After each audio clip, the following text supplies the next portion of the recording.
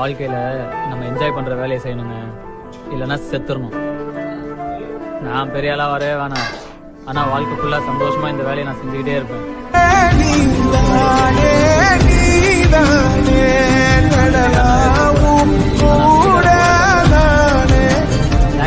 Thanks.